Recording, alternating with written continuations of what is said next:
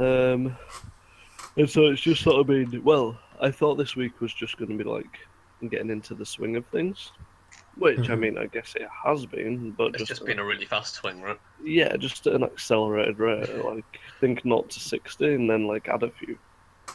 So like part of my job now, because I'm a technical engineer, fancy. I go on site visits to like our clients and check out all their config and everything. Yeah. And like I knew I was going to be doing that, but I didn't expect to be doing that on my first week. And I did it on like my third day, and I've now done 4 site visits in the past 2 days. So like I'm racking up them site visits. Put into But practice. because I've been like leaving the house at 7 a.m. and not getting home until like 7 or 8 p.m. So like I am drained. I'm so tired. So And then tomorrow's just tonight, going to be a day of sleep, I guess. I mean, I'm technically working tomorrow as well, Oh, really? Why? How come? with the sweets. Oh, yeah, I forgot, yeah. That's right. There's an outdoor event on Saturday and Sunday for St. George's Day. Oh, yeah. But I feel like I'm just gonna sleep tomorrow and then maybe work on Sunday. I feel like you'd be justified in doing that.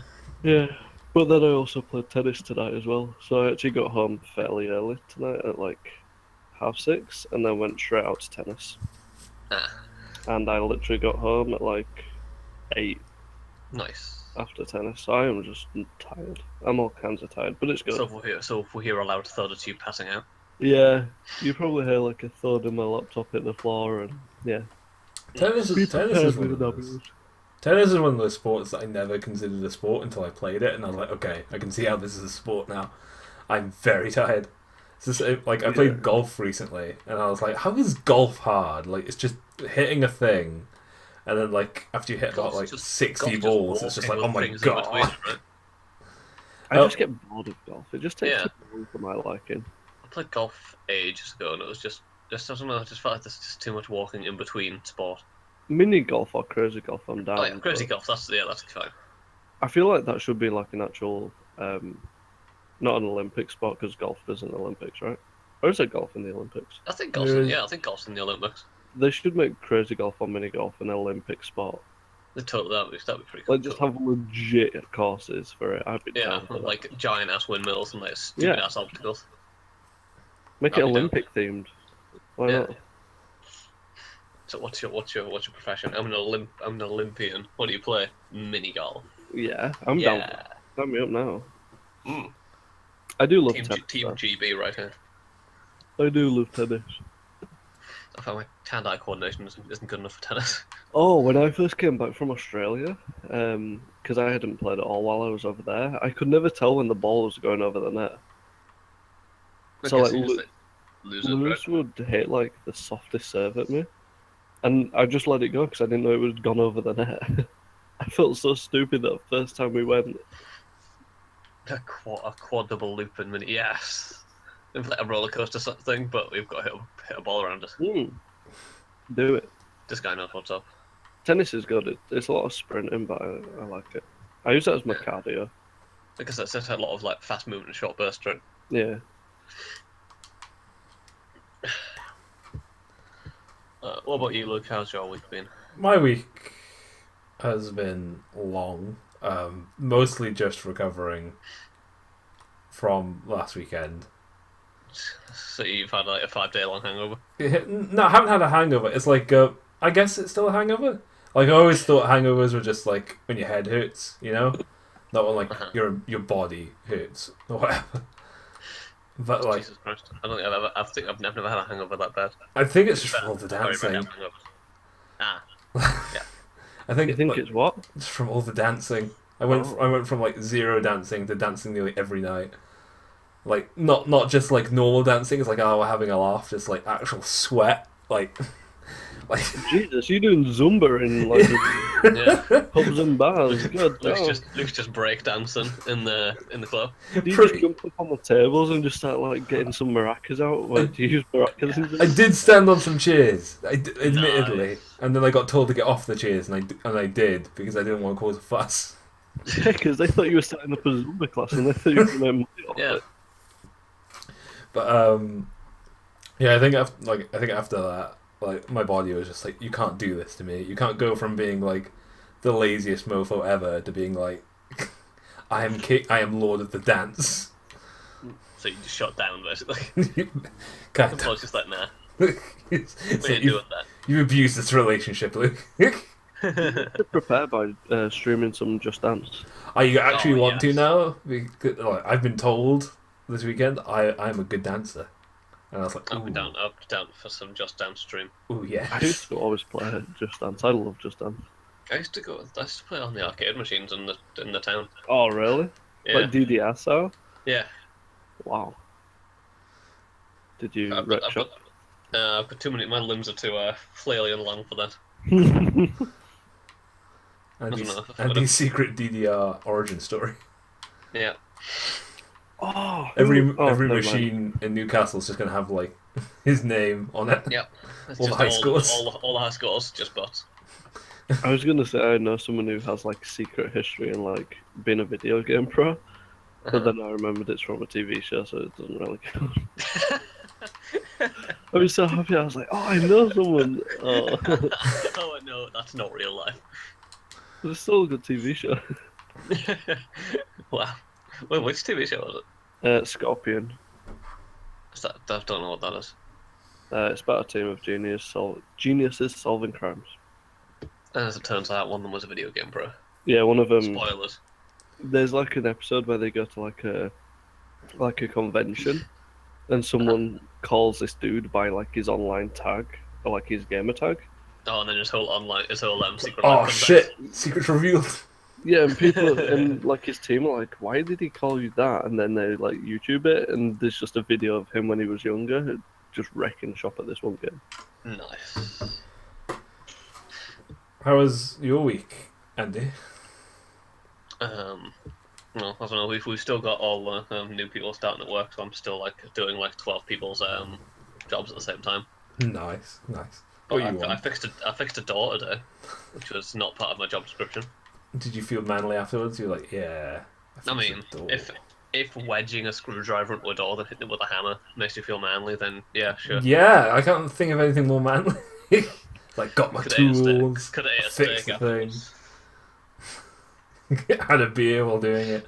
Yeah, just had a Did whiskey. you like go and make a fire afterwards? Just Yeah, because. I mean, I make fire as part of my job anyway. That's my normal job.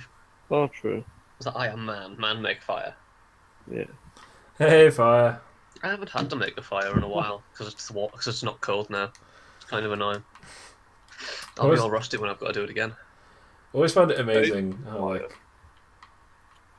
stereotypical dudes, whenever they go to do a thing like fix a door or whatever, is always like break open a beer. Surely that's just like increasing the duration of which you'll be performing this task.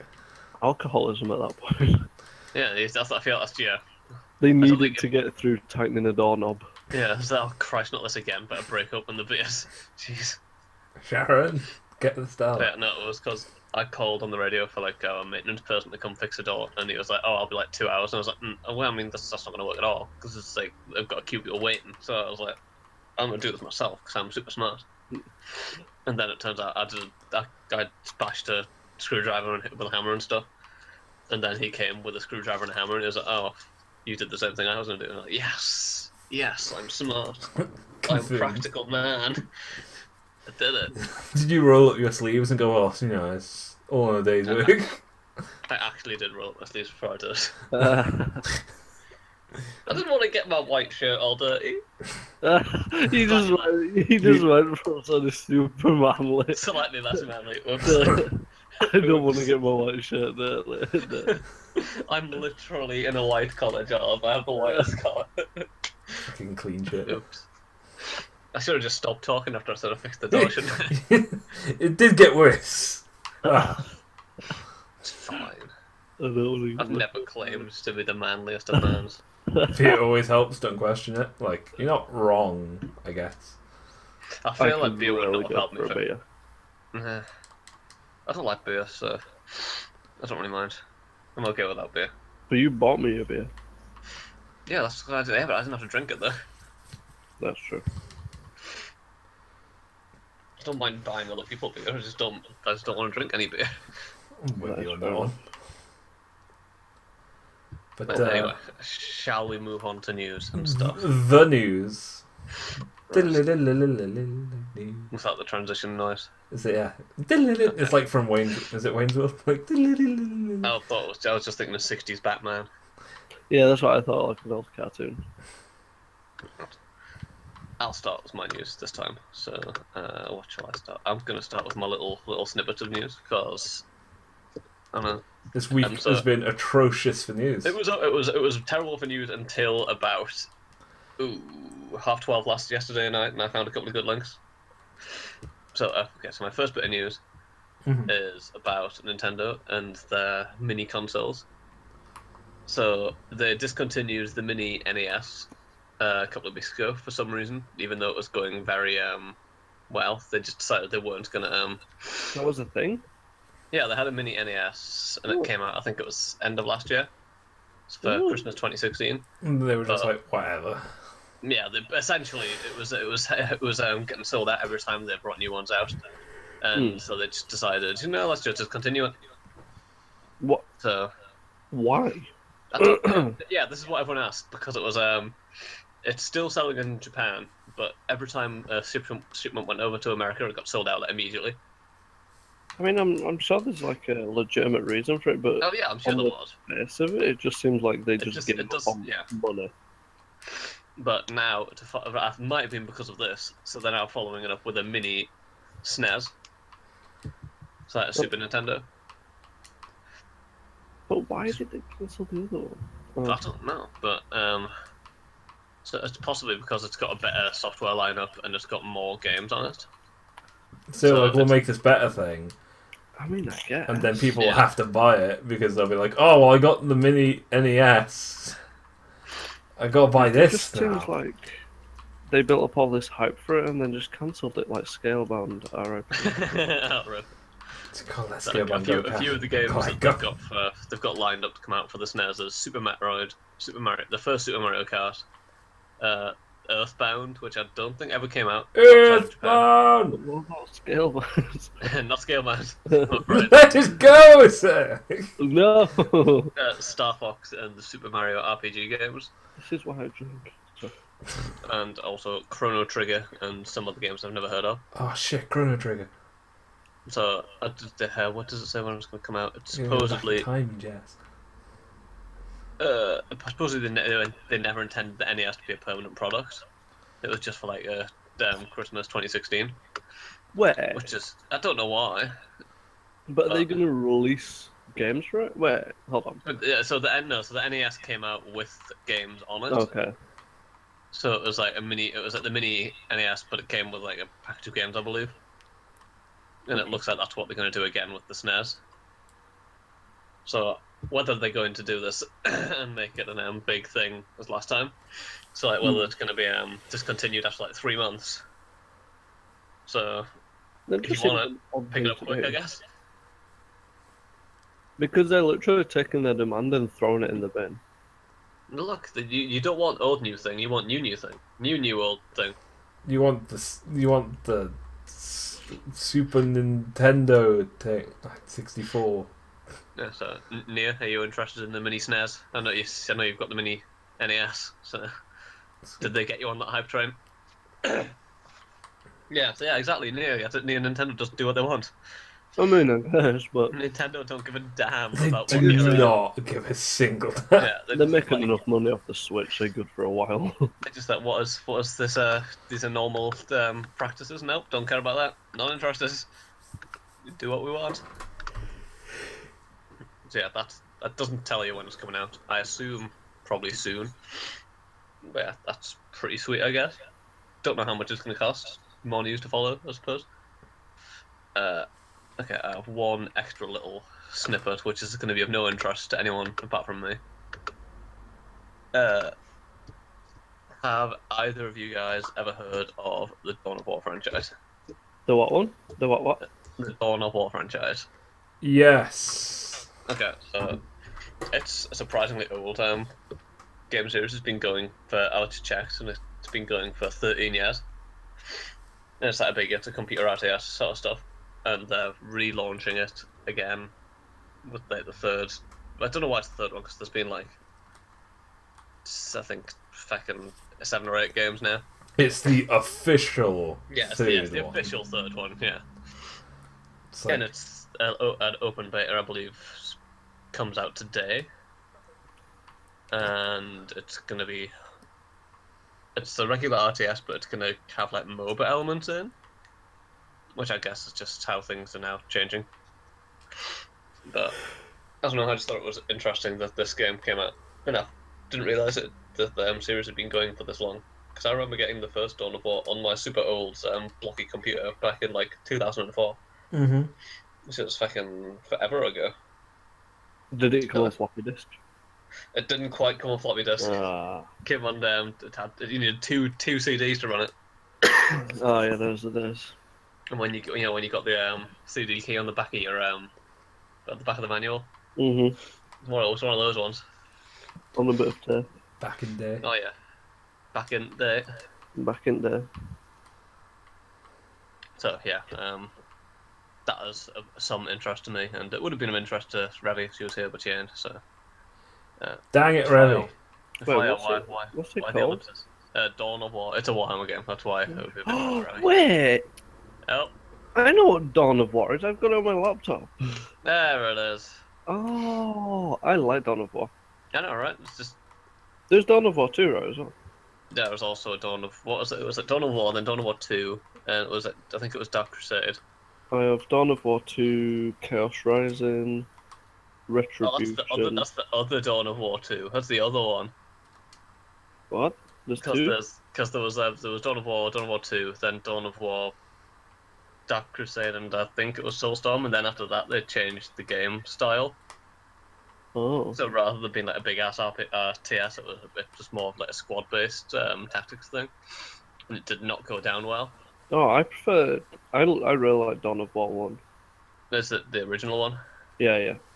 Yeah, so it's. I played that for so long. Yeah, they changed it so you didn't like build bases and you didn't like mass infantry and stuff. You'd had like it was like little squad based ones. Oh. And it was more based on tactics and stuff, which is fine. Like I think I had the first rebranded one, but it wasn't quite the same thing. And I believe this one is going to be a change. It's going back to like the big style RTS, and it's going to have, like I said, it's going to have MOBA elements in. Don't know what they are, but I guess it'll be interesting. I really enjoyed Fingers Dawn of crossed. War. It just sort of like, I googled it and I was like, wait, I recognise it. Then when you said Warhammer, I realised. Yeah. It was one of the games I used to play with my friends back in ages ago. Back when, like, I think it was one of the first ones I played like online against friends. Back when online gaming was like a weird thing that not everyone did. What is this madness? Yeah. Which you speak I know, of? right? What else have I got? Okay, I've got a couple of the bigger bits of news. Mm-hmm. I'm gonna go for a one that Jamie sent me. Shout out to him. Yeah, help me with some actual good news. So Good news. last week, I don't know if you're aware, but they launched a remake of the game Bulletstorm. Yes. Oh, I Did you remember play- Bulletstorm. Yeah. I never played it, but I remember. When I played the original Bulletstorm, and I remember it as being a solidly okay game. It was fine. Do Is a that where you shooting. can like And it was do it in nice. slow motion and like Yeah, put you got bodies it was, around you got stuff? like it was the whole. I think the whole point of it was like the style kills and stuff. So like you could put them around and like hook them with a big. I think you had a big like weird grapply hook thing, and you could like swing them about and stuff. And you got Style points for points. the inventiveness of the death of your enemies. Mm-hmm. But they relaunched the game as a remaster, which is a bit of a strange thing because it wasn't exactly the most successful game. But that's not the weird part of this news. The weird part of this is that GearBox partnered with G2A for this. Oh. Okay. And G2A dodgy as hell, aren't they? yeah, that's what I say. Yeah, because G2A is a dodgy company. So, if you don't know, G2A essentially they sell game keys on Steam. So they sell Steam keys, and they are well known for having stolen keys or, let's say, dodgily procured keys. And they also do a thing where they sell insurance on those keys as an extra purchase you've got to make, just in case you happen to buy dodgy keys or stolen keys, which you probably will because it's G2A and that's what they do. But this partnership with Gearbox, Gearbox looked for someone to advise them on this partnership, and they went to Total Biscuit, the YouTuber and stuff, and he advised them on how to get a good deal out of this. So Gearbox entered into a contract with G2A with certain stipulations in it, and if G2A don't meet these, they can pull out of this deal, like with impunity sort of thing. That's interesting that they went to Total Biscuit for advice. I guess it's because he's like a respected name and like the online gaming community sort of thing. He's considered to know what the fudge he was talking about. That as well. So the main stipulations are they've got to up their security in selling dodgy keys, so they've got to have a better screening process, so they don't. So there's a large percentage of the keys they sell now end up being either stolen or fraudulently acquired in some way, like through stolen credit cards or something like that. They've promised to like amp up their security on that, so more of their keys will be based in more legitimate means, which is, that's nice, not buying stolen goods, right? So it's good. They've also G2A is like a marketplace, right, for online keys? Yeah. They've also claimed that they're going to make the insurance a free thing that you get with every purchase now. So it used to be a one that you bought on top of your purchase as an insurance thing. That's supposed to come for free with any of your purchase now that you make. And what else? They also just claimed they were just going to clean up their act in general. So like, they weren't going to they were going to investigate people who like flip keys and stuff like that. Because I know they get a lot of complaints from little indie devs who say they've been bankrupted, their little companies, by losing out to having all their keys have been stolen, or like stolen ones have been sold on G2A, which is like taken money away from their company, and it's like massively impacted them because they're small businesses. If you know what I mean. That makes sense. Obviously going to try and crack down on that as well. And personally, this is what Total Biscuit said. I would agree with him. He said this is pretty much. He doesn't think that G2A are going to be able to deliver on all of this, just because it's such an corrupted marketplace to begin with. But it's really a win-win for the online community in this, because either G2A do manage to do all of this and there becomes like a better marketplace for online games, which is going to then rival Steam, because we know Steam has a bunch of problems and it's a bit dodgy itself for different reasons. Obviously they don't sell stolen keys, but they've got a lot of problems of their own right. So either they actually manage to tidy themselves up and they can rival them and become a more legitimate company, or they don't follow their promises, they give up on all of these, and then the entire online community know that they've backed out on their promise. Gearbox can pull out of the deal with impunity. Yeah. And essentially they're pretty much done, so because everyone knows they're going to be going based on dodgy keys, they're going to sell insurance on possibly fraudulently obtained keys. It's amazing that they agreed to this. That's not really something they can turn back from. It's a big move from G2A, because they must have some intention to actually go through with it. Because if not, they've kind of screwed themselves. But also, they've just made a rod for their own back. By partnering with Gearbox, if they do make good on all these promises, they'll then have the backing of Gearbox actually using them as the source to buy the game. Yeah. So they can then use that in their favour. So it could work out for them, but if they manage to clean it up, like I know Nia says, they're going to have a hard time fixing the reputation, because they're always going to be known as that website, which is true enough. They're always going to be that dodgy website. Which is why I think they've probably made the move to go with Gearbox, because if Gearbox trusts them like a legitimate publisher trusts them. Yeah, it's not as if they're going with indie that publishers or little ones. It's like, this is if they've got a big name behind you, and they actually do move. It's kind of difficult. I don't think they can follow through with all of these promises. it's quite easy. It's easy enough for them to like offer their insurance as free because that's just something they have to change in there, like on the site itself.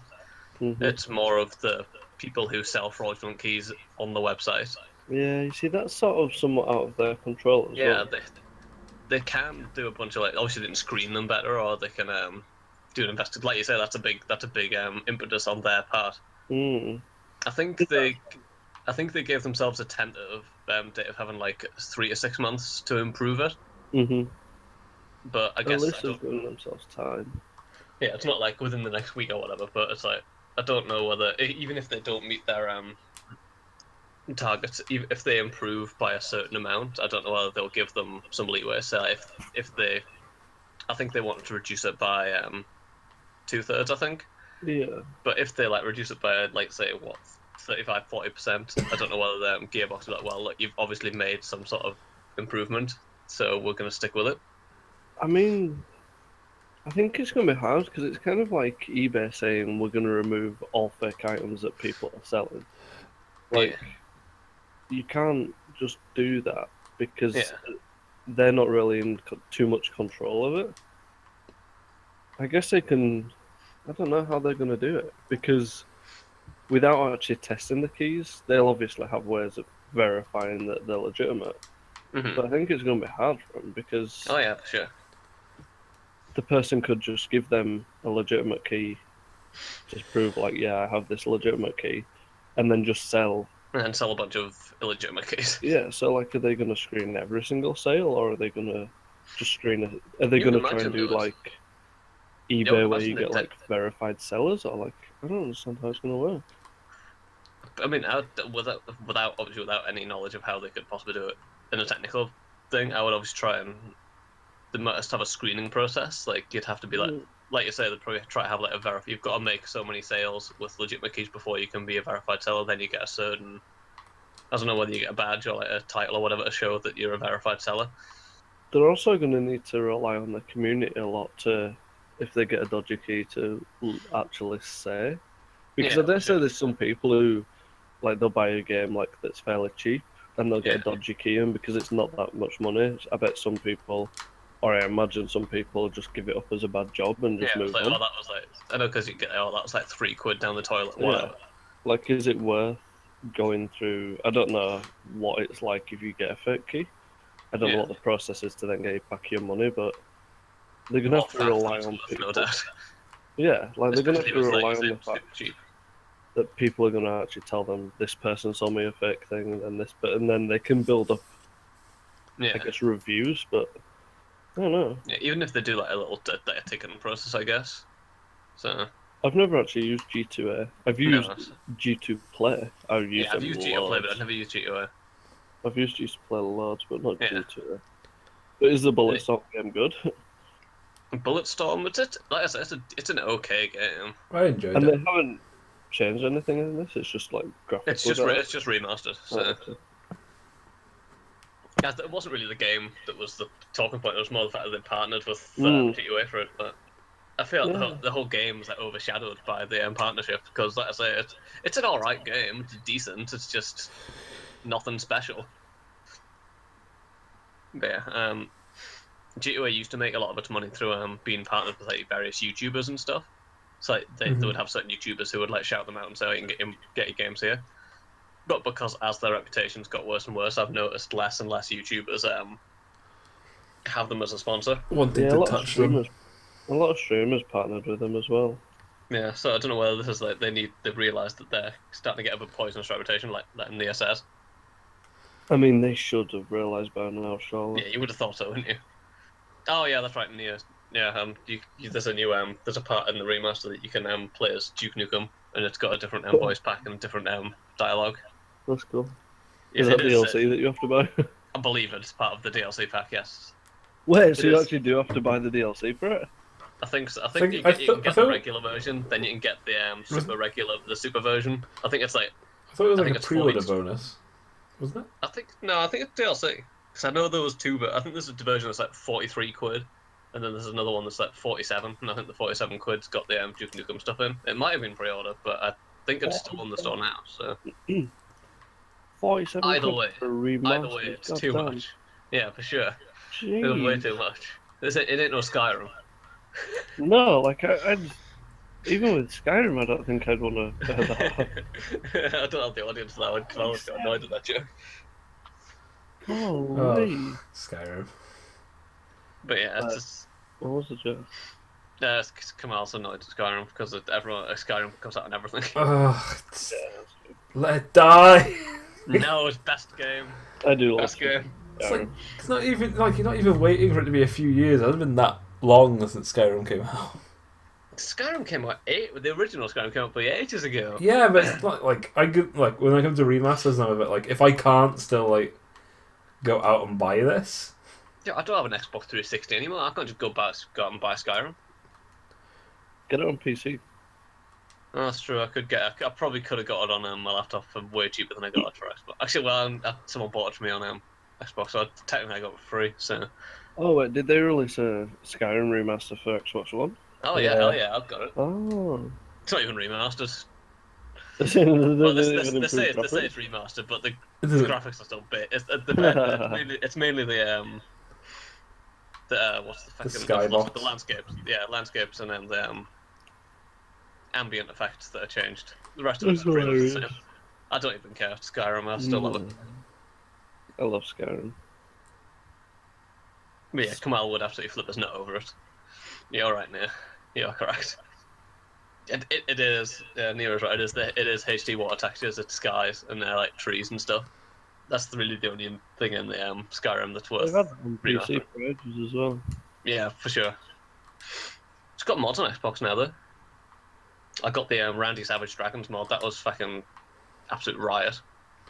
I feel like it's about time they offered some sort of mod support on Xbox. Yeah, I think a few games have got mods on Xbox now. I know Skyrim has, and I think they've got a few other ones. I think Fallout's got mods now. Fallout released with.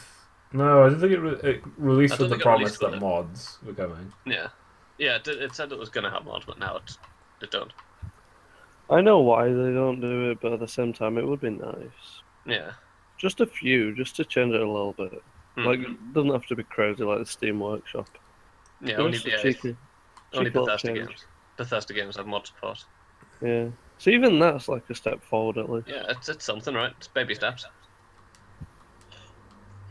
Wait, what do you mean you got a hot follower near? Exactly that. I want to hear more about this. Yeah, I know, but I don't need to hear more. But every time Nia gets a follower, he just looks through his list, just like, come on. I'm gonna talk about some new stuff now. New stuff. There's some more Twitch announcements have been coming out in the last couple of days. So yesterday there was an announcement about premium subs you could get. Mm-hmm. So let me get the blog post so I can say about what this is. So Hot follower on Skyrim. oh, okay. So there's a new subscription. So now there used to be you could get a $4.99 subscription for a regular subscription, a partner on Twitch, right? Mm-hmm. They're now upping. You can still get those subscriptions, but now they've got a $10 subscription and a $25 subscription, which is $25? Yeah, I know, right? That's a lot. So they've said a few things what you can expect from your new these subscriptions. They're going to offer sending a custom message to the community upon first subscribing, which is something you can already do on a regular subscription, because I do that for Unidev and she has custom messages to communities. You can have additional emotes for these new subscriptions. So I don't know whether that's based on the partner decides which ones are going to be worth who. Yeah. You can unlock emotes faster. So I guess some subscribers have, partners have ones where they've got emote tiers, and like you've got to subscribe for a certain amount of time to get them. Mm-hmm. So they've got obviously the regular subscriptions worth 1 subscriber count, but the $10 one's going to be worth 2, and $25 subs going to be worth 6 counts. So I guess if you immediately subscribe to a new channel with a $25 subscription, it's going to act as if you've been subscribed for 6 months. Oh, is it? Oh, it's like It's like the little icons, right? Like Yeah. the subscriber icon. Well, that as well. Probably it does say emotes rather than icons. Oh. Because it says it says that Twitch are also revamping emote tiers, so that's probably up to the partner themselves. Yeah. About whether they want certain emotes to be unlocked at a certain like level of subscription, I guess. Mhm. And then it also says there's going to be new roles based within the Twitch app that you can be offered by a partner. So I don't know whether, I know we've looked at the Twitch app a while ago. Oh yeah. So I don't know whether that's going to be like for mods or like you're going to get like certain roles that you can do in Discord. You can give people roles and stuff. The app So I at assume this it's going to be point something to do with that. is just completely pointless. Yeah, I still don't. I still think the Twitch app looks really like superfluous. It doesn't really do anything for me. It just looks. I don't know. But that was the conversation we've already had. Mhm. So, but yeah, there's supposed to be roles based on that. So obviously they're still trying to push it.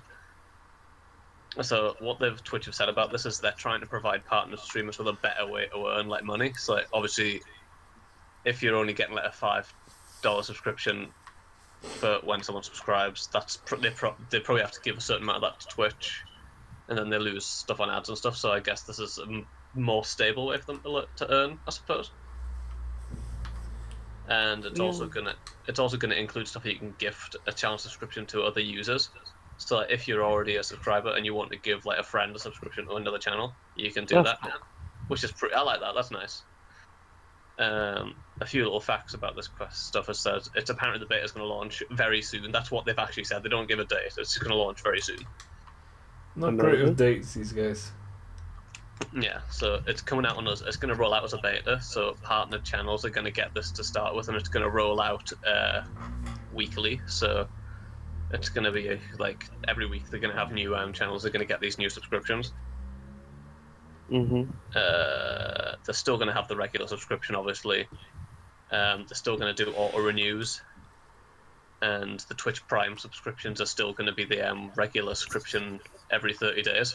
So it's not gonna wipe that out or anything.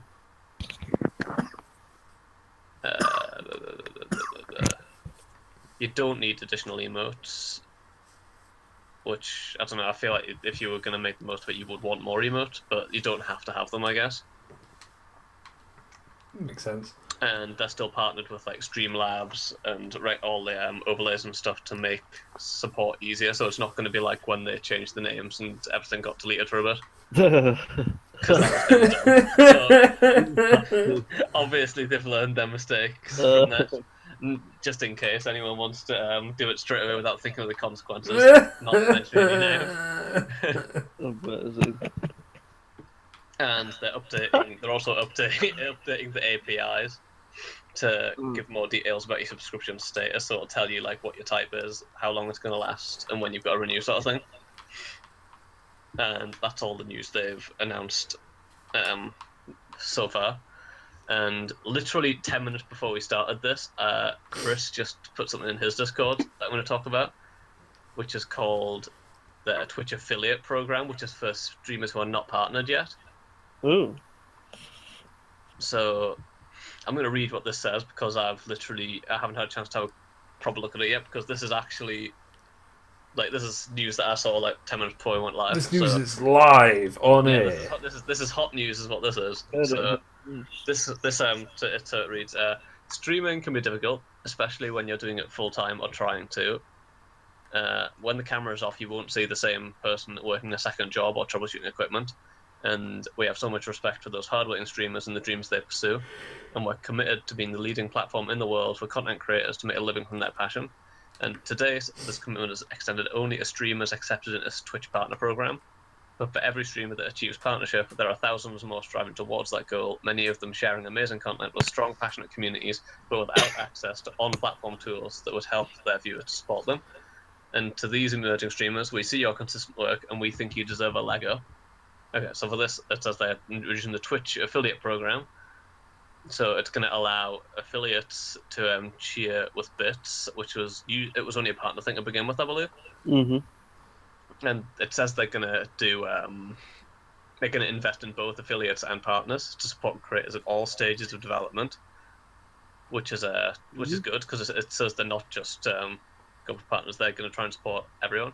It says affiliates are going to have access to basic versions of the partner tools like subscriptions, game commerce, and advertising. What else have we got? Affiliates are going to be able to have one subscriber emote. That's so cool. it's like a smaller version of what you get when you're a partner. I like that. I really like that. Yeah, they're bringing out a verified chat badge for partners, just so I guess it shows they're a bit the different level of affiliates. So apparently they're also going to launch this very soon, and they're going to start sending invitations to streamers who qualify via email and notifications of your Twitch, and it's going to start rolling out over the next few weeks. So my God. Does it say what the requirements are? It does say. So one of the main questions is, how do I qualify to become a Twitch affiliate? And it says it's going to change as the program develops, but over the first few weeks, they're going to start inviting non-partnered streamers who have at least 500 minutes total broadcast in the last 30 days, at least 7 unique broadcast days in the last 30 days, even an average of 3 concurrent viewers or more over the last 30 days. Oh, nice. And at least 50 followers. So I don't know. I assume if you meet any of those criteria, it's possible you could get a Twitch affiliate invite, which is pretty good, because that's not really a very exclusive thing, is it? Because no, I mean, it's not easily achievable, but it's definitely. For some reason, I thought it was going to be higher than that. So like, I know, like you have 500 followers. So it's like looking at even like this channel here, the Spawn Point. We've got at least 50 followers. We usually get more than 3 people. Yeah, we generally get more than 3 people every broadcast. Not sure if we do 500 minutes. I don't think we do. We definitely don't do 30 unique broadcast days, because we do like 1 a week. Right, but wasn't it 7? What was it? 7 unique broadcast days in the last 30 days. What does that mean? You stream on 7 different days. Yeah, 7 different days you've streamed in the last 30 days. So say if you streamed like 5 days in 1 week, 1 in the next week, and then 1 in the next, that's 7 unique days. Also, so as long as you've broke... what they're basically trying to rule out is... Or what they're trying to aim for is just consistency. As long as you're like semi-regular on Twitch, so... Say like, if example... Fire would be like... Yeah, I was going to say for Fire... He'd probably meet all of those, because I know Fire's got at least 50 followers. He's definitely got at least 3 concurrent viewers over 30 days. He definitely does 7 unique broadcast days over 30 days. And I'm pretty sure he'll have at least 500 total minutes. So. Oh yeah, no, dude is consistent. He will not like not like us saying this. I just want to point out, but dude. I know, but hell, no, because he's not a real streamer, right? He's just chilling. But okay, it also says, once they're going to launch, people who qualified, they're going to get notified via email. They'll get notified, and then there'll be an announcement in their dashboard. So a message will appear, and you can sign up. So obviously you don't have to do it. You'll get so you can say yes if you want to join in. And this initial wave of invitations is going to be staggered over a few weeks. And new invitations are going to come out every few weeks after the launch, which again they say is very soon. So maybe next couple of weeks, I guess. And they're not going to be instant as soon as a streamer meets the criteria, so they are stressing to please be patient. You'll get invited if you hit the thing. Yeah. So what is it? I really like this, though. Yeah, this is good. I'm just still going down to see what else they're talking about. I've been streaming so much last lately. God damn it. Oh yeah, this is a reason for you to get back on it, right? Damn my alcoholism! So he says while holding a bottle of booze. Twitch are going to provide affiliates a share of the revenue Twitch received from bits. So if you get a cheer, I don't know what the bit rate you get for when you're a partner, but if you're an affiliate, you're going to get. So you're going to get 1 cent per bit, and usually I think cheers are like 100 cheers. I think it is. So that's that's like 10 cents, 100 cents. Yeah, 100 cents. I'm just looking at this. They've got a table here, so it tells you all the stuff you can have. So Twitch. So I'm just looking at this table, which tells you like what you get broken down into all streamers, affiliates, and partners. So it looks like you'll be able to cheer straight away if you're an affiliate. They're going to have subscriptions coming soon to affiliates, which will have 1 sub emote as opposed to partners, which are going to have 50. They're going to have the new game sales thing, so you know where you've got the little button where it says buy now. Yeah. That can be on your affiliate and on an affiliate dashboard as well. That's coming soon as well, and the same with ads. So there's a possibility to get ad revenue from your streams. Yes. They've got new video. The video tools are also going to be made available. Apparently, I don't know what any of this means because I don't stream personally. So it says the trans codes are going to be given priority access if you're an affiliate. So it's like I guess you get access over regular streamers. Mhm. You get the same VOD storage and the same stream delay. Now you'll get chargeback protection, a payout time frame, and you'll be covered by payout fees. Don't know what that means, but What, the chargeback thing? yeah, It happens sometimes when people donate. They can then do some sort of chargeback thing where basically, I don't know if it tries to charge the PayPal account that you're donating to, or if it yeah. just takes the money back. Alright, well, apparently you're going to get protection from that. Yeah, it's been a big thing recently. A couple of streams I've watched, people have not been reading out donations as much because of this chargeback thing. I don't know if it's new or Yeah. I don't know what the deal is with it, to be honest. It also says there's a few extra things coming for partners as well. You get, like I said before, you get the verified chat badge, and apparently you're going to get channel page icons are going to be rolled out soon as well. But that's only for partners as opposed to affiliates. Mhm. And that's all that's on there. But overall, I'd say this is a really good move by Twitch because obviously there did used to be a big gap between regular streamers and now partners, but it looks like they're trying to bridge that gap with the affiliates now. Mhm. So it gives people like they say, people who are who want to make streaming a big thing in their life, but they're working another job and they don't have the time or the money or the setup to do it full time just yet. I think it's good just because I guess when you're a small streamer, you feel like you're not getting anywhere. Like you don't really see much progress. You see your follower count go up and your view count and that kind of thing. Yeah. But you don't really feel the progress. Whereas, or you don't see it, should I say? Whereas if I you guess it's get nice invited into the affiliate thing, you're clearly making It's nice moves. to see you being appreciated, right? And then all this other stuff you get for that, you can actually see what people think and if they legitimately like your stuff. You can build the blocks, right, to head That's towards. cool. I think it's good. Also, Revy, hi Revy, why are you dying of dehydration? Why? Stop that. Not enough water has been drunk. I wasn't checking the first chat because I was busy trying to digest all that in one go. Good job, well done. 10 Yeah, out of 5.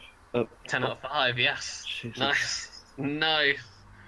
Yeah. Oh, thanks, Chris. I saw you post. He literally posted that in his Discord, and I thought, yep, I'm having that. I'm stealing that Amber News. That'll be good for Chris. Chris deserves it.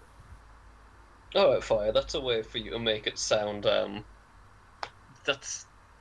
It's mostly the streamers who want to make money. I mean, I wouldn't say so. I mean, yes, it will help the streamers make money, but it's also, and like Cam said, it's a way to make them feel appreciated. So they've got more of an stable, I don't know, platform sort of thing. It's like a reachable achievement. It's like why do you stream Fire? I know you don't stream to make money, Fire. You stream to reach an audience and just enjoy games with your friends. Surely, if you could have a subscriber people with custom emote and stuff, would that not feel more fulfilling for you? I know the partnerships is mainly for making money and stuff because a lot of people want to make streaming their full-time career sort of thing. Money. But I know a lot of people do the streaming because, like I said, it gives you a nice way of communicating with your fans and that you get a good community of it. So I'm just trying to get clear. Is that you will be able to make some money, but it is still very much going to be the hobby sort of thing because it's not based on the subs you get and the ad revenue and stuff. It's probably still based on the people who, like they say, who do enjoy streaming, but they're working a job, or they only do it in their spare time because it's something they're passionate about. Yeah, I'm just curious who this is for. It's for anyone who wants to stay involved in streaming, right?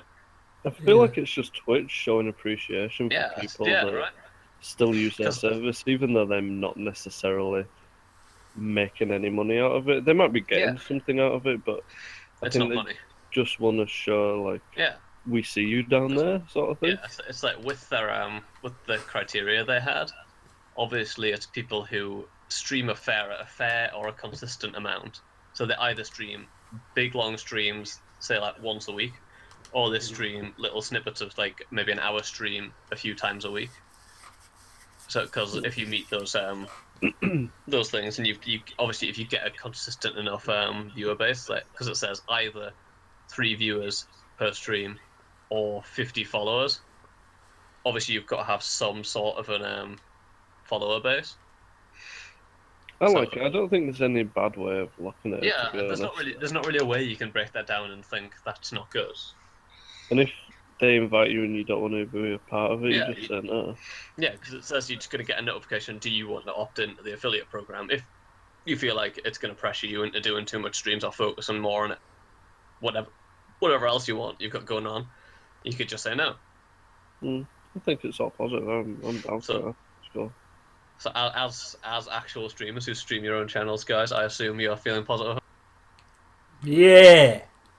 I mean, I would if I could stick to a consistent schedule. Yeah. I can't at the minute. Yeah. But for sure, like I don't see what negative side effect it would have. Yeah. I mean, you already fit one. You've got more than 50 followers, so you've. Oh yeah, I've had that for a while. I mean, I could easily do it. Well, perhaps not easily, but until my job sort of settles down a bit, I can't commit. Yeah. It's a bridge between a non-partner and a partner. Yeah. That's why affiliate's a good. I think affiliate's a good word for it. It's like because you've got a decent amount of time into it. You've got a few followers. You've got enough of you've got fans. You've got you've got a little community bubbling away. It's a nice way of showing appreciation. Yeah, for sure. I think it's cool. Yeah, it's definitely good. Like a little very good. Good job, Twitch. You cool. You did it, Twitch. Just get rid of that app because it's pointless. Yeah, get rid of the app though, because that app was just looks like crap Discord, to be honest. I mean, just besides like the look of it, it's just I just don't understand the point of it. But yeah, it just seems like you've got. It feels like you need an app just for the sake of it. It seems that what they've done. So just get rid of the app, then we're fine. Yeah, then we're Gucci. But yeah, okay, that is all my news. So, Cam, would you like to go off with your news? Oh. Sorry, did I drop that on you? Were you not ready for that? Let me. I know what the first one's about. Okay. So, as I guess you guys know, maybe not know, I love Fast and the Furious. No, I know all about this. I love me some Fast and the Furious. I mean, it's not even a guilty pleasure at this point. I'm not guilty about it. I'm down. Yeah. I'll preach about Fast and the Furious all day. And the new movie, Fast and the Furious 8, broke the box office record for opening weekend. With, I think it made like, the figure keeps changing, but I think it's around like 540 million. That's a lot. In like 4 days.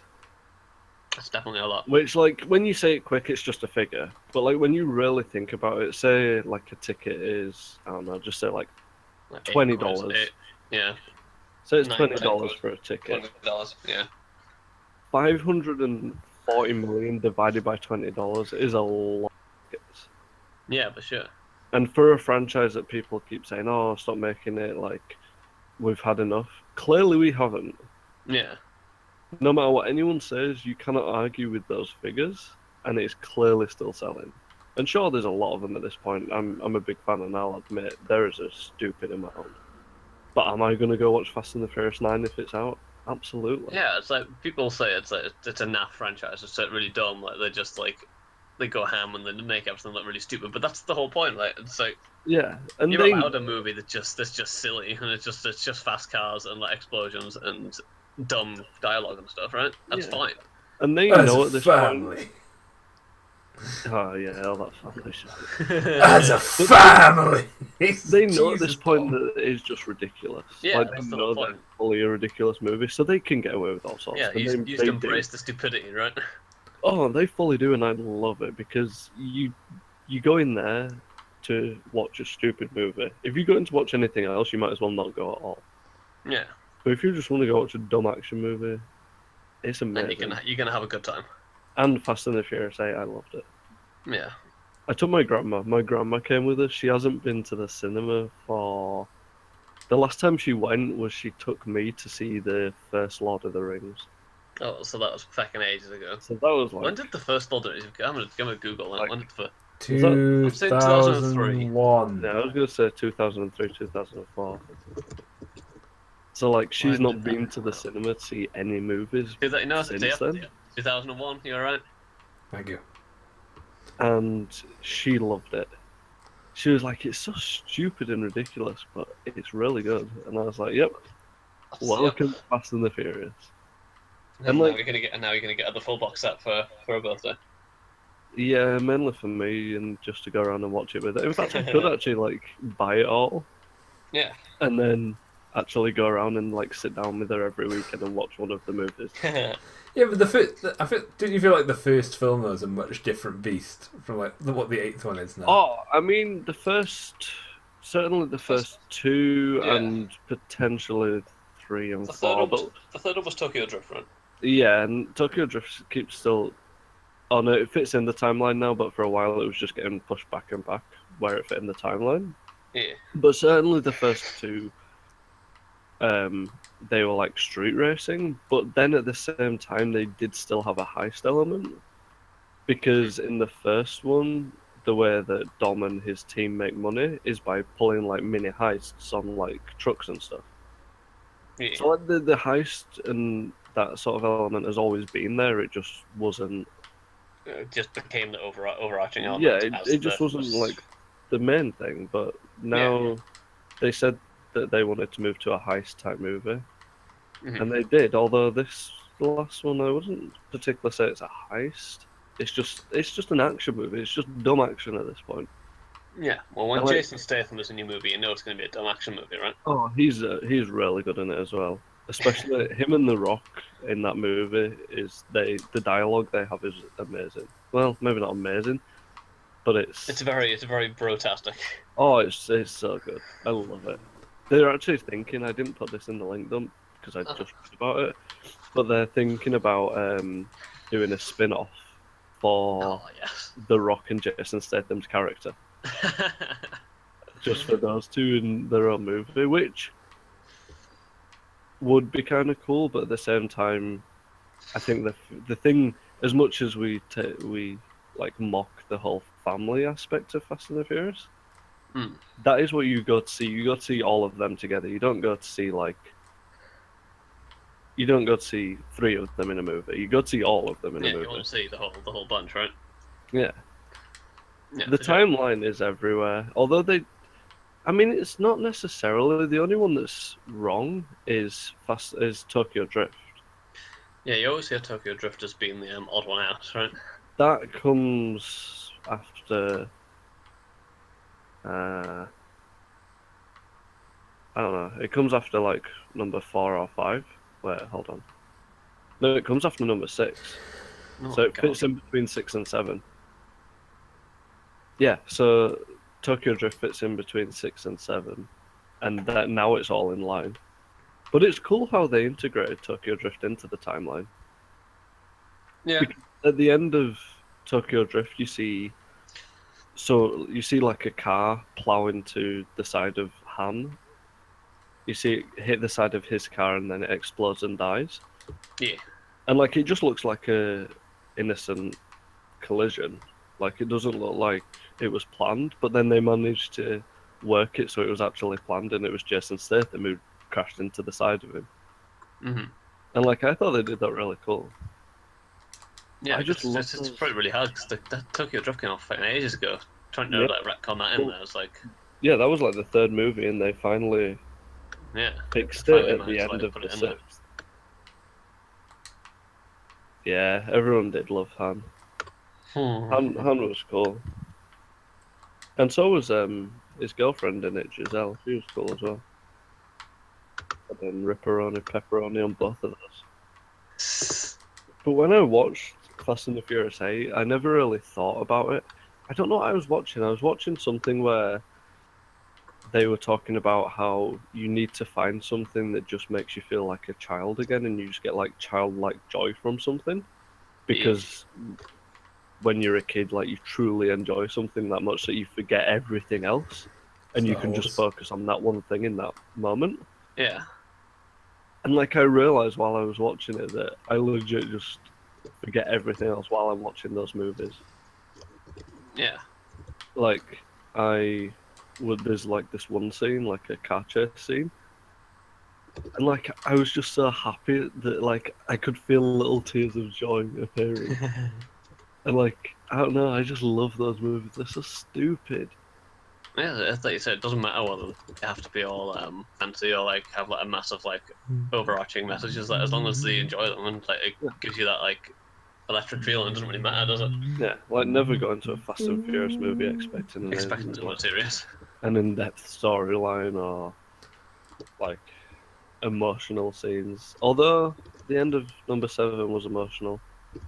R.I.P. Paul I remember Walker. which one. Oh, yeah, I remember now. Like the tribute to him at the end, that choked me up. I was fully choked up. I don't know. I thought it was just kind of cool that people are talking all this shit about it, saying like they need to stop making those movies when they clearly don't. And like it cost them 250 million to make it, and currently, I think it's only been out a week at this point. In fact, no, it might have been out of just over a week, and it's made like 700 million.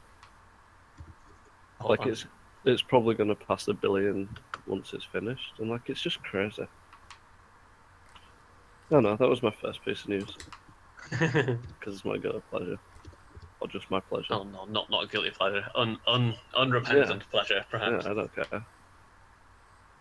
My second bit of news, which I just sort of stumbled upon, I don't even know where I found it, but they've announced Call of Duty World War 2. Oh wait, that's the other one. Which I don't. Isn't not already Call of Duty set in World War 2?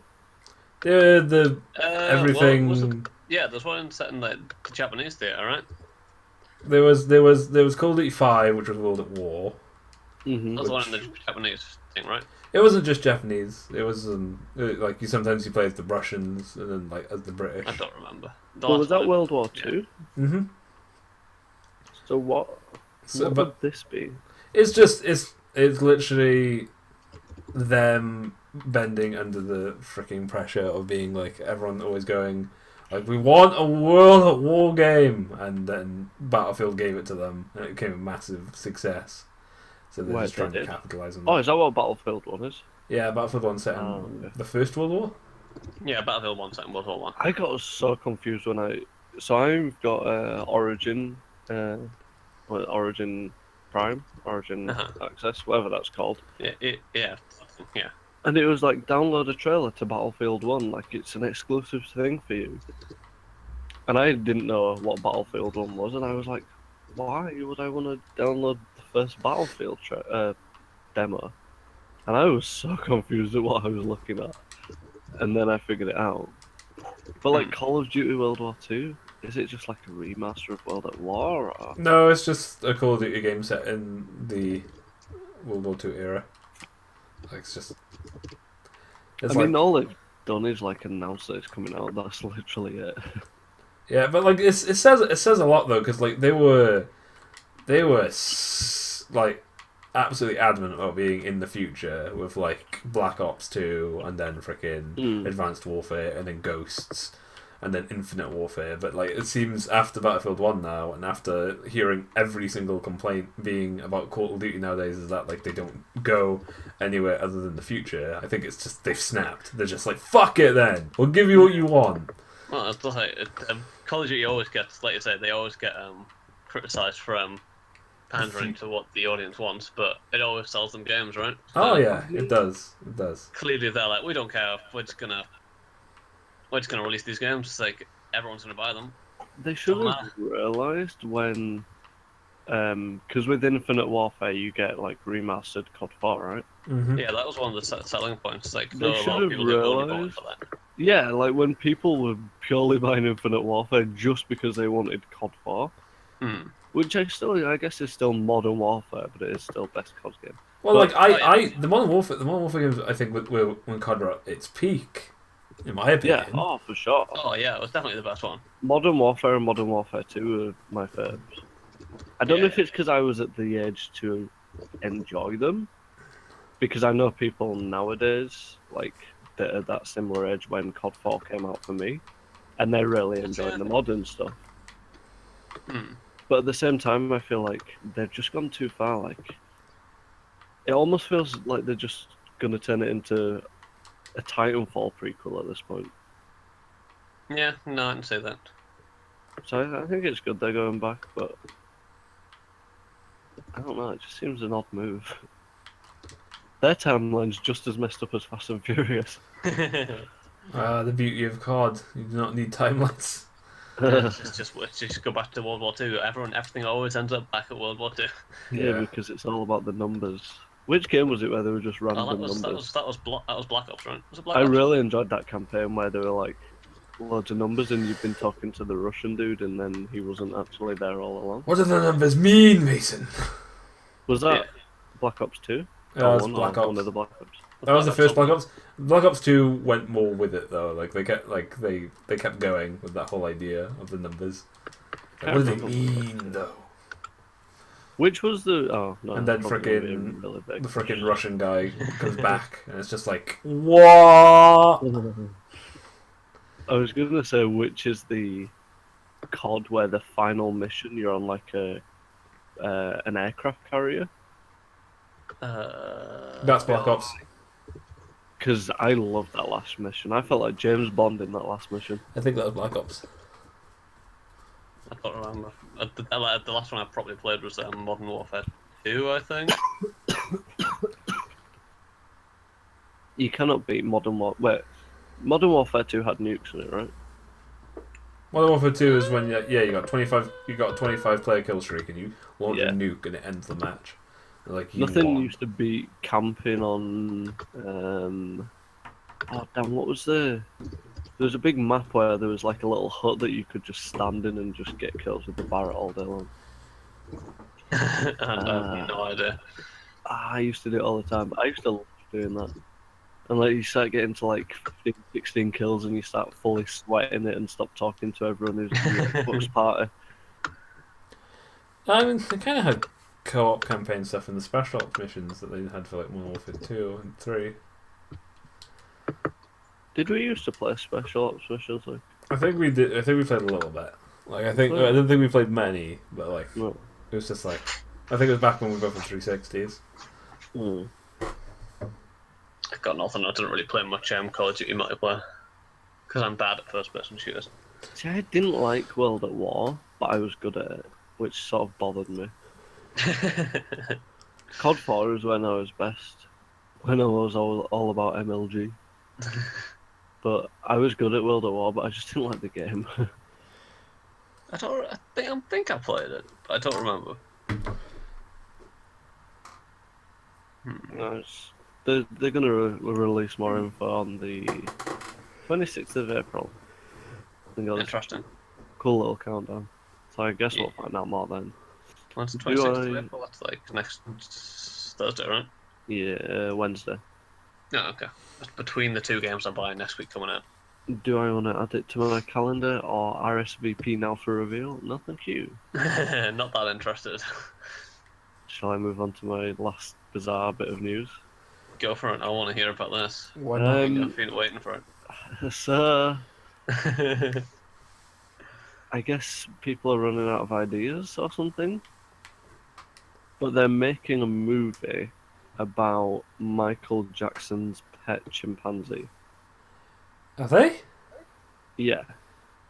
I'm interested. I don't know why. I've not. Why is definitely one of the questions. But Is it a documentary about like animal abuse? No, it's supposed to be a coming of age story. about a chimp? What?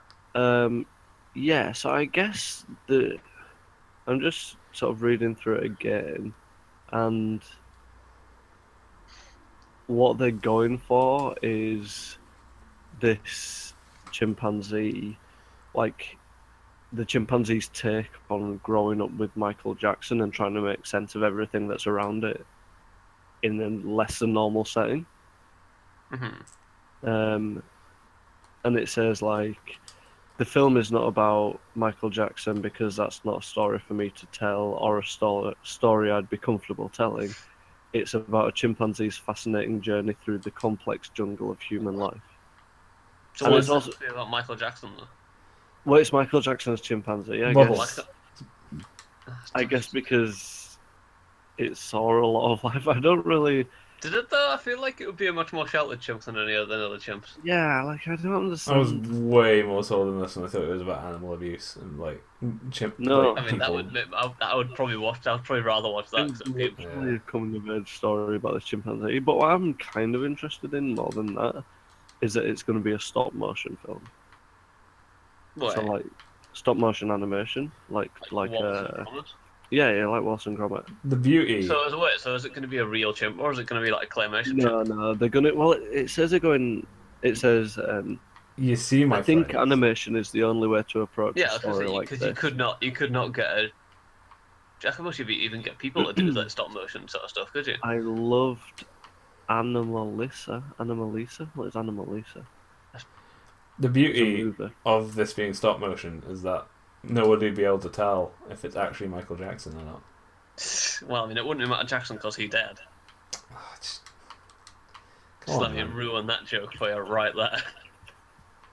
Come on.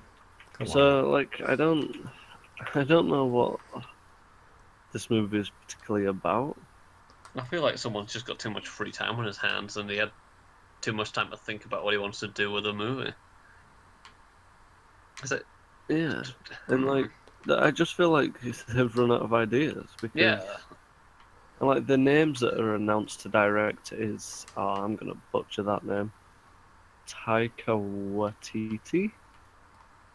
Is it in there? I have no idea. No. Is that a name? I guess. Let's see Yeah, what this says. yeah, that's what Taika Waititi. I He's guess. done. Oh, he did Green Lantern. Well, Oh, which what the wait, Ryan Reynolds oh Green no, Lantern. he was an actor in that. What We Do in the Shadows. Is that? Oh, what we do with that the one? shadow is fantastic. That's a good. That's good. That's a werewolf. No, but you missed out the best one. He's worked on Eagle versus Shark. No, I want to go back to what we do in shadows. He's also the director for Thor Ragnarok. This is weird as heck. Like, Come what on, is boys. this? Well, We're werewolves, not He's directed swearwolves. episodes of The In-Betweeners. What is this guy's career? It's all over the shop. Jesus. He's made Yeah, everything but I that was love. the US version. There's the US version of the Oh, In-Betweeners. that's even worse. That's Yeah. nice. But he's.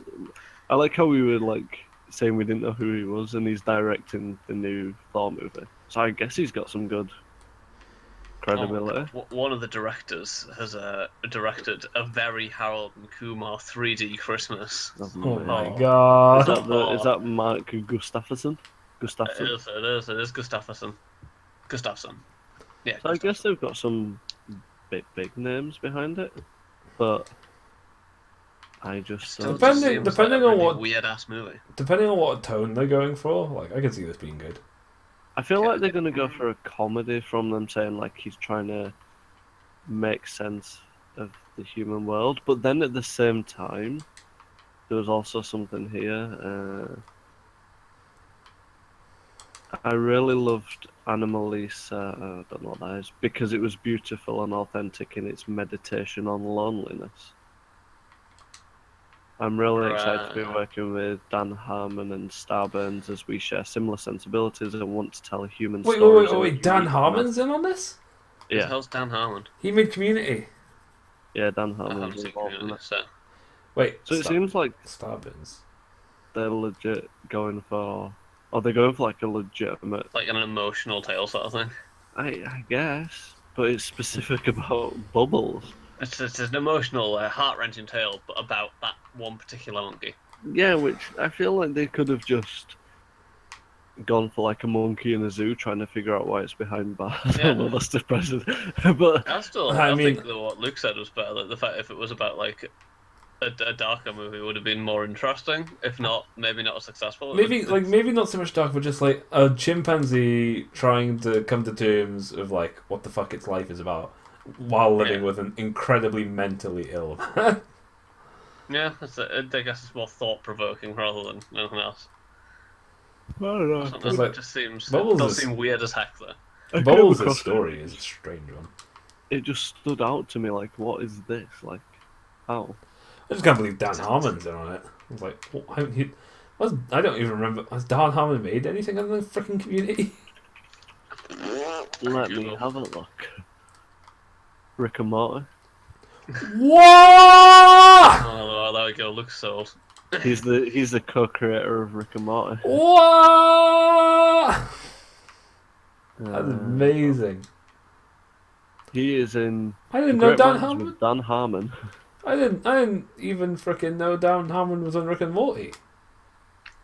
He's a co-creator, writer, and executive producer. Wait. So did he make Community? Or am I getting that mixed up? Pretty sure he's the creator, writer, and executive producer of Community as well. Oh my god, this guy's in all the stuff I love. What even? So, I guess it's gonna Bubbles. He was also something to do with Doctor Strange as well, apparently.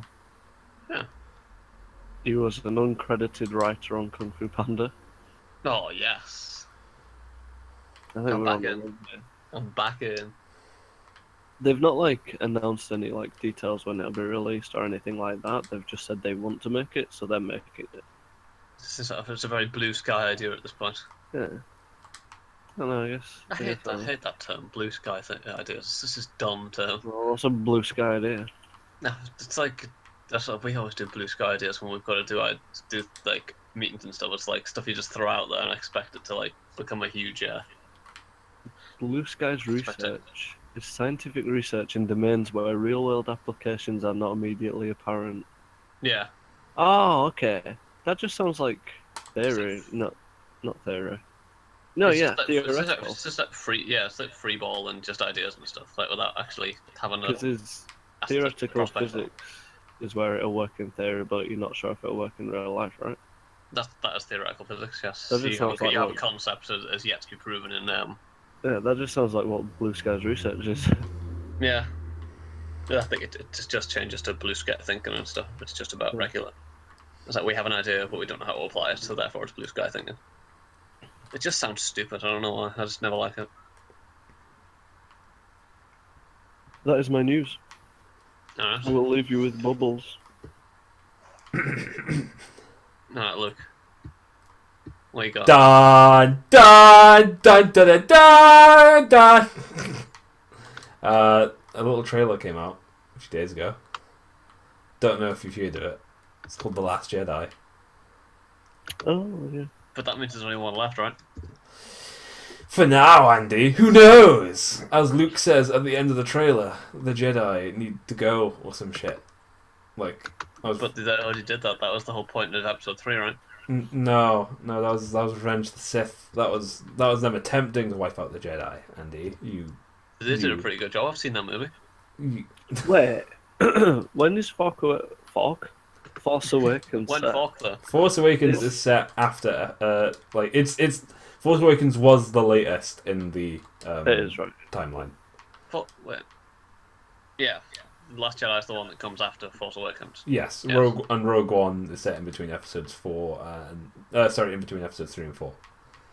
It's about why the fuck does the Death Star have this massive structural weakness?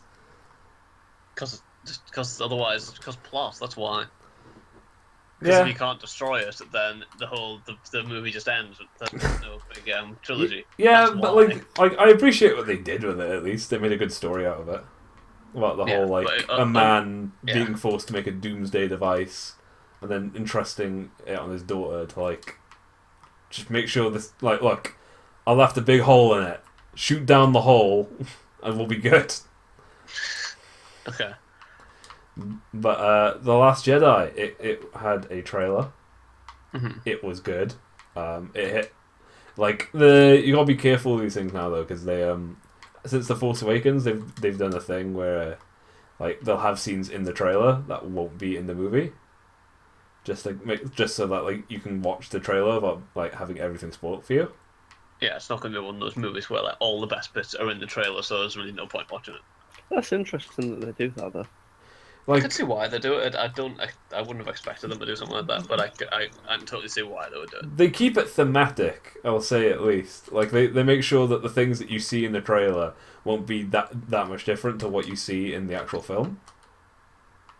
Like it'll be like this, like it'll be like concept shots or like stuff that like they were thinking of putting in the film and then took out.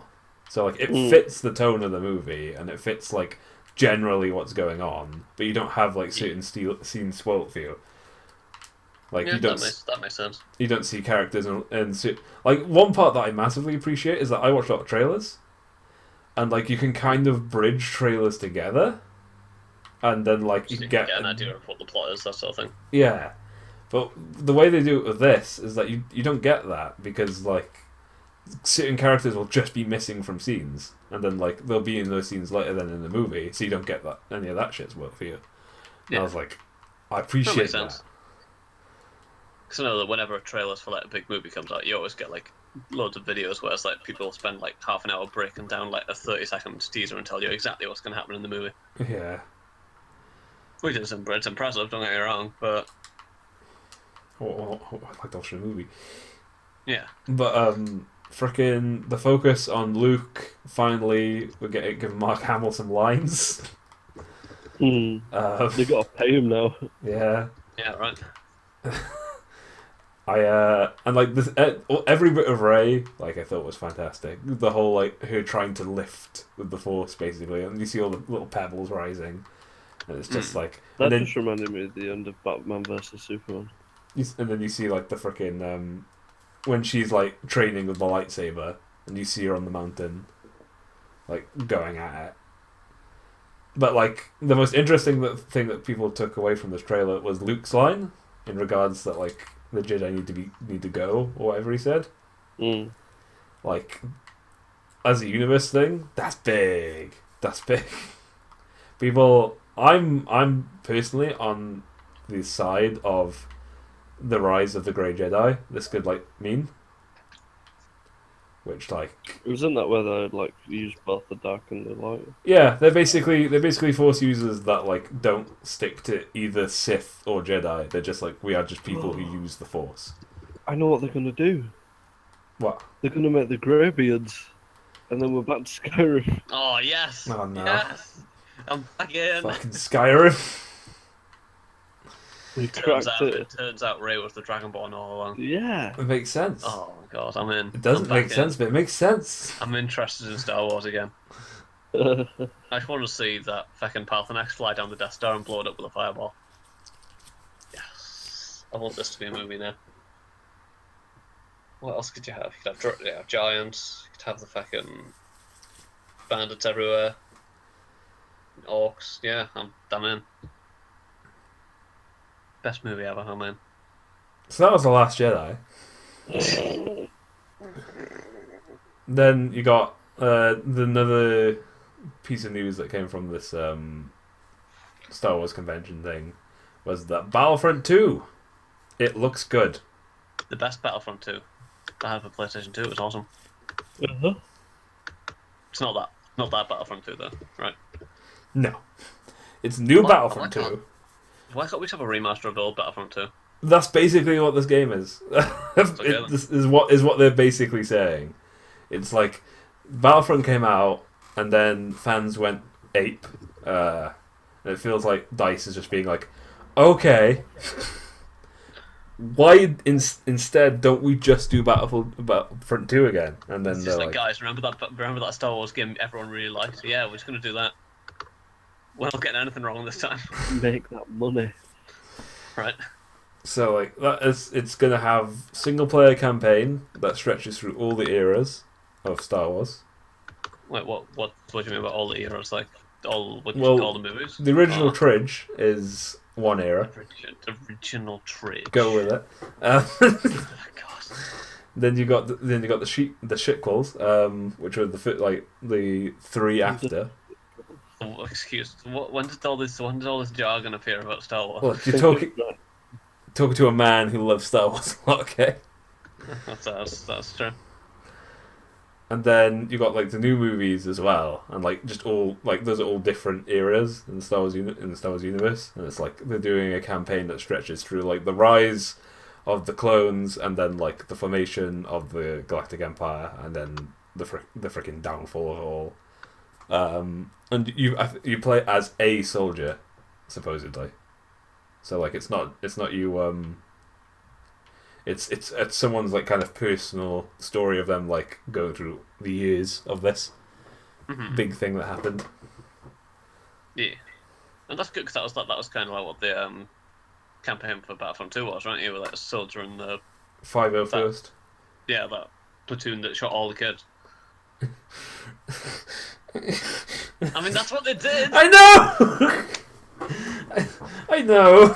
This is why whenever we have Star Wars news, Luke knows everything about it, and I just massively simplify it because I don't know anything about Star Wars. It's just Padawan. The girl got killed. My favourite meme from that whole Padawan scene where Anakin kills all the kids has to be the has to be the one where like the lightsaber turns on it and it zooms in on the kid's face, and then like bringing it back to Skyrim, like you know when you can't like teleport or whatever, or like fast travel, it says because there are enemies nearby, that pops up in the corner. I like that. I did not even know that was a thing, but yeah, that's good. Meme. It always comes back to Skyrim. Meme of the week. Scrim. Yeah, Skyrim. And everything is Skyrim. Star Wars is Skyrim now. And my last bit of news is Thor Ragnarok. Is that a book about Skyrim? It looks good. How can you link that back to Skyrim though, Luke? Tell me. Give me a second. Has it got giants in it? The ice giants. There you go, Skyrim. Skyrim's got giants in it. Boom. Got it. We did it. Trifecta. I'm so glad Kamal's not here for this podcast. He'd be so mad. But new Thor movie looks good. Thor hasn't got the hammer anymore. What's your favourite Skyrim mod? My favourite Skyrim mod has to be when the dragons are turned into the Thomas the Tank Engine. Yeah, well, that one, that's pretty solid. I'm sticking with Randy Savage dragons. So Thor hasn't got Mjolnir anymore. I'm not letting you hijack this. I will turn you down, sir.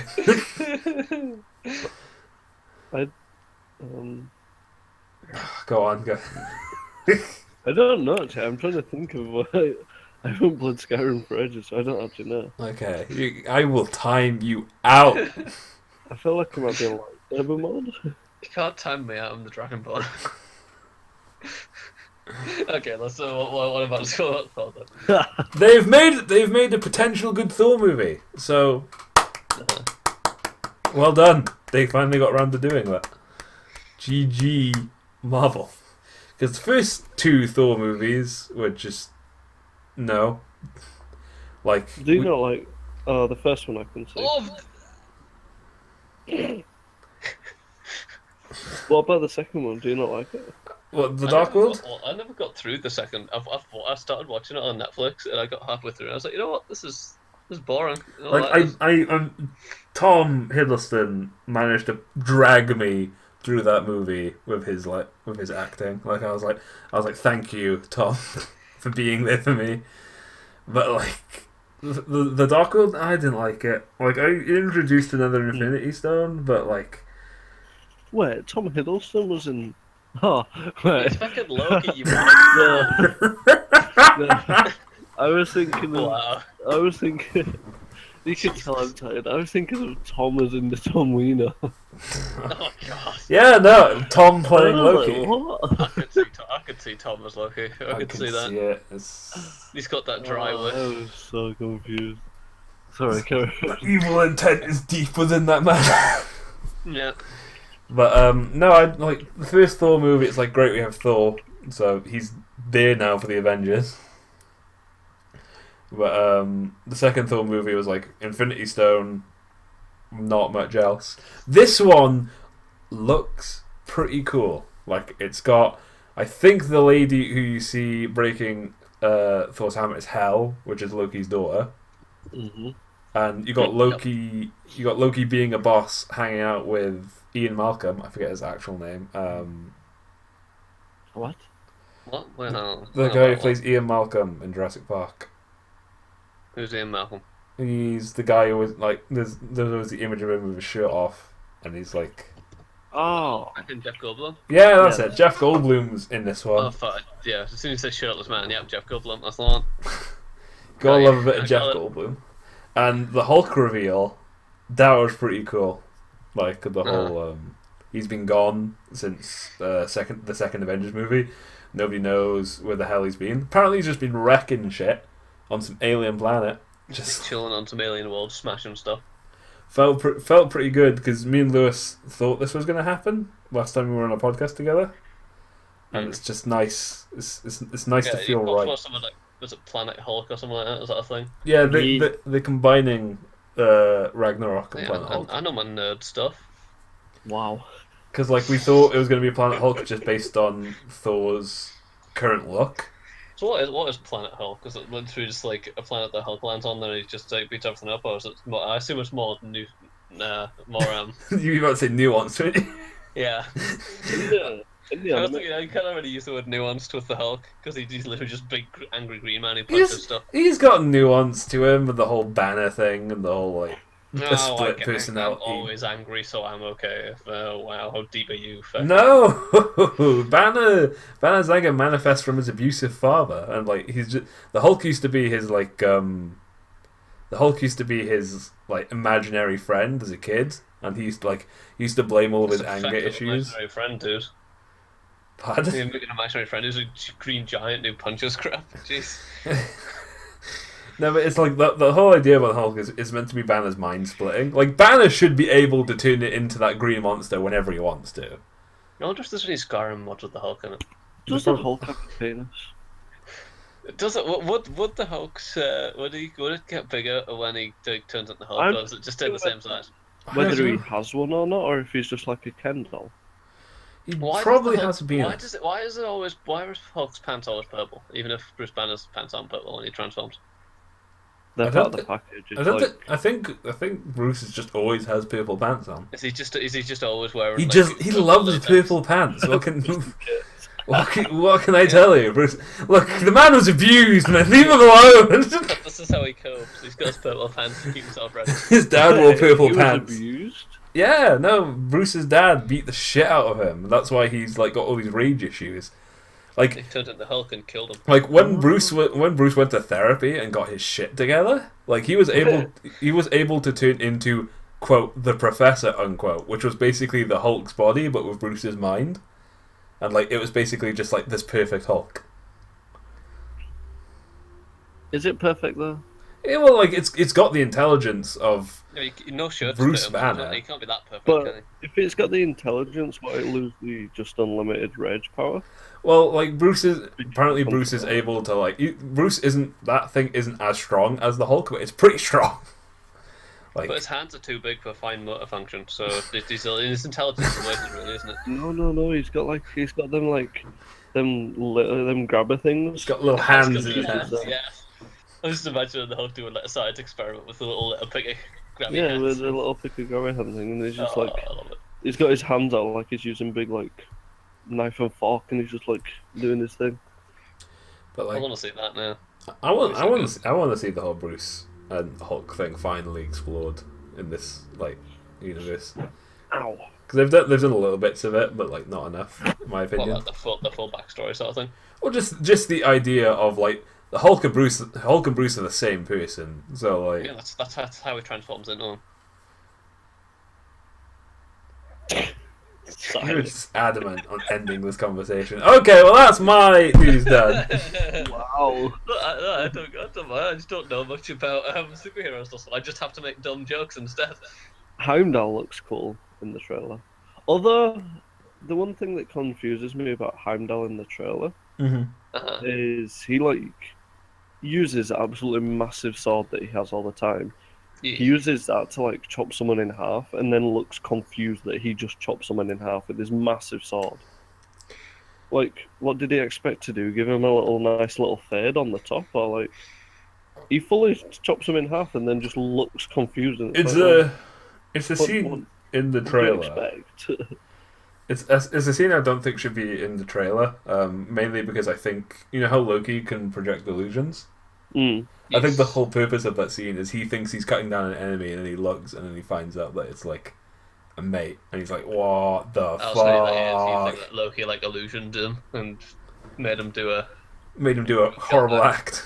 I'm confused as to what Loki is doing in this movie. Loki is in charge of Asgard at this point, and it's just like, Yeah, but are they just like? Doesn't he like take over from Odin in the second movie? Yeah, but he's Yeah. still like his face. He's like transformed into Odin. Like I think also. projecting Odin. Does he just give up on that and he's like, I'm leading now, Well, guys? I personally think what it's meant to be is he's gotten rid of Mjolnir. You know, he's gotten rid of Thor, who is like his potential biggest threat, and now he's trying to get Thor killed by throwing him up against the Hulk without Mjolnir. And like, I think at this point, Loki is the Don. He is in control of Asgard, like him and Hel together. And like he's going to this guy because this guy is Jeff Goldblum's character is meant to be an elder being, which is one of the most powerful races in the universe. What's Jeff Goldblum's character called? The Grandmaster. Oh, It's like him and the Collector. They're like these elder beings which have been around since the dawn of time. And like they're not physically strong or whatever, but like they've just been around long enough that they're in charge of most of like They the can galaxy. use the power primordial. Which just sounds cool. sounds pretty. Sounds like they're just like comparing dick sizes. But Doctor Strange, Something others, yes. Doctor Strange is meant to be in this movie as well, so I'm looking forward to see how he's introduced and like how he fits into all of it. He's gonna put Bruce Banner back inside the Hulk. Hoping. Uh-huh. Or like there was. I guess that's kind of a little spoiler if you haven't seen Planet Hulk.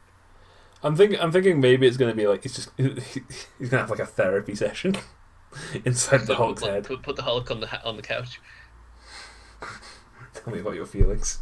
Yeah. I just want to hit stuff. Gets punched in the face. So interesting. It does look cool. I just don't get the pacing of it from the trailer, but it does look cool. Yeah. I just want to find out how the hell Hel was able to like destroy Mjolnir. Like, Odin's got to be like gone if she's able to do that shit. I reckon they should bring in Beta Ray Bill. It'd be amazing. Because he has his own hammer. That was the one that was Thor, but he was like a big. He's just alien Thor. He was horse Thor. Yeah, I was gonna say he's a big great blue horse or something, right? Oh, I love Beta Ray Bill. He's got such a dumb name. That doesn't sound. He sounds like a redneck. He's meant to be like it's Thor from Tennessee. his whole thing is meant to be he's like this guardian of these people who are sleeping while they're traveling through space. And like he gets his hand on Mjolnir, and then Odin's just like, "I like you. I'm gonna make you one." He seems like a pretty chill dude. Beta Ray Bill is. He's in Planet Hulk. He is. He gets wrecked. Hulk beats him to a pulp, literally. If Everyone's kind of like cheering on for him, and then they're just like, "Oh, it's just kind of sad now." he's a puddle, basically. Yeah. So maybe it's not a good thing they bring him in. That'd be a bad idea. Yeah. Alright, that's my news, Andy. I've one. What's up? I just want to talk about Skyrim. I just want to say one thing. Okay. They released a sneak peek for Kingsman 2. Ooh. Yeah, it's only like 15 seconds. Oh yeah, I saw that. I didn't want to. I didn't put it in the link because it was so short. You can almost pause it like every second or so, and you can see some of the new characters. And it's got like Channing Tatum as Jack Daniels. Is the What was it?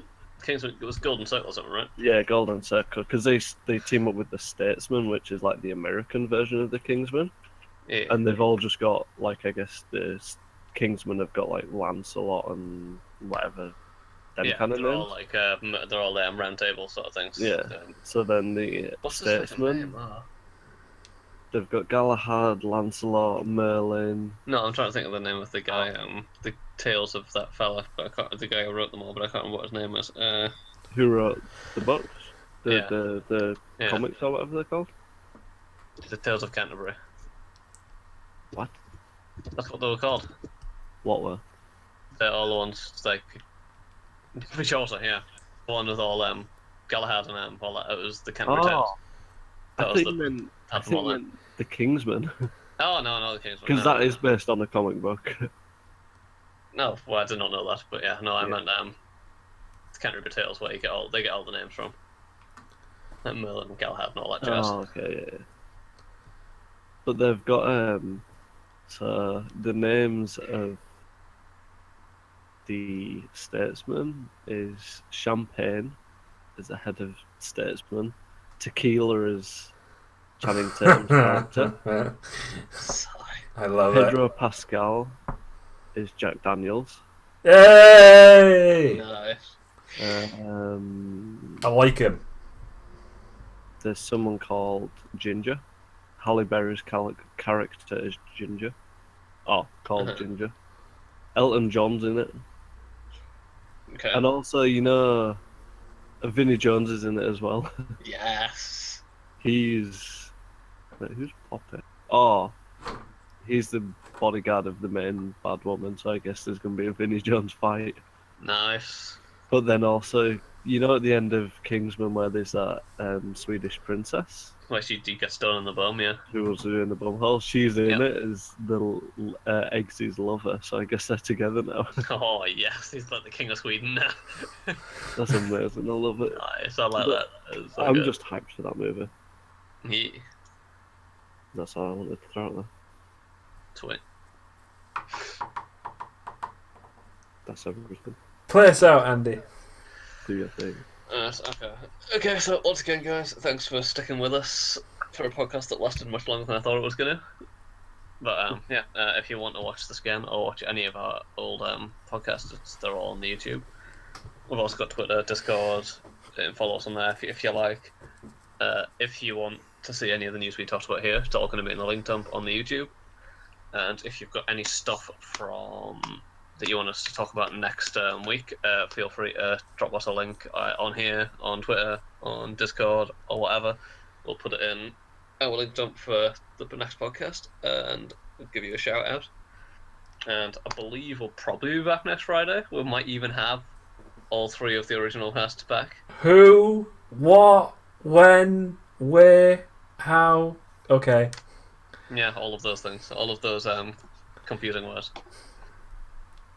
For Just the part where we fun. leave. I usually say bye first, but okay.